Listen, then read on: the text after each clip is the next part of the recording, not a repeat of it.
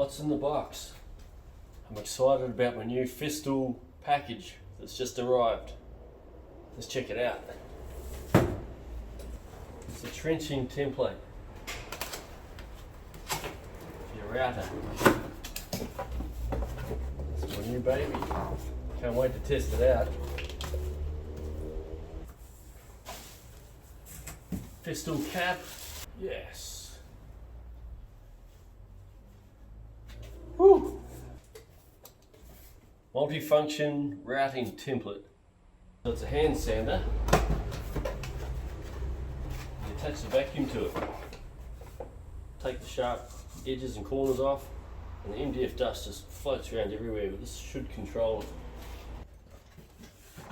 So Festool, you've made my day. I'm going to put this routing template together and I'll show you what it's like. So I've put this together, full of the grub screws and the positioning brackets. And so if I want to do a flush pull on a door, a finger pull, I use a guide on the router and I make it sort of 6mm bigger than the cutout size. So say if it was a 50mm cutout I have to do, I make it 56 wide here. I can set it to any size I want. It's brilliant. It's like a universal jig. It's awesome. I've got a door here which I can show you how it'll work. So I've positioned this so it'll be 60mm centered, which is the standard distance off the edge of the door for a flush pull. And so you set that onto the door like that, and you line it up to, say, the center line. And the good thing is, because I got one of these with my track saw and guide, I can slide it into this. Say if I position it there, like that, and I lock it off, and that holds it perfectly where I want it. For the top one, I'm not sure if Festool's got a clamp for this, but for now I'll just use a little one here and that'll just clamp the top. So it's firm against the edge of the door, up enough where the router wouldn't hit it, probably about there. And there you have it.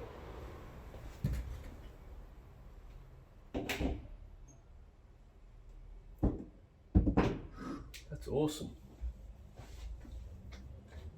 Plenty of space to work on. The router's not going to tip off or anything.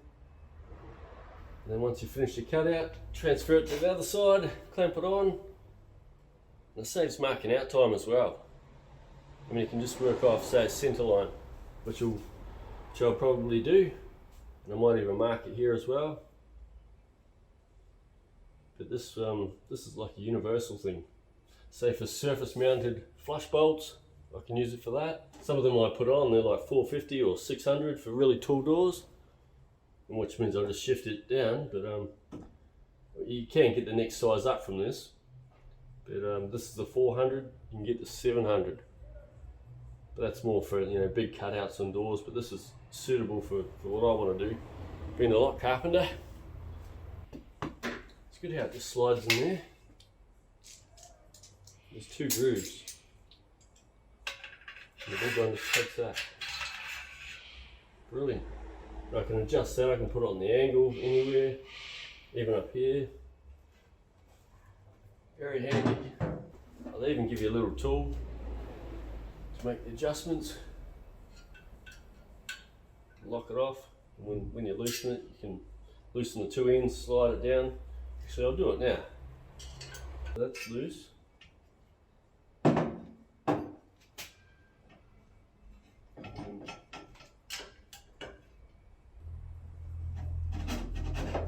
I've got to be careful like that.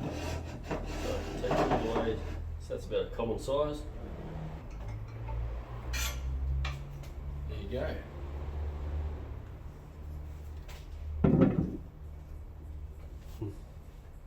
Isn't that brilliant? It's going to save so much time. Very good. I love it. I love it.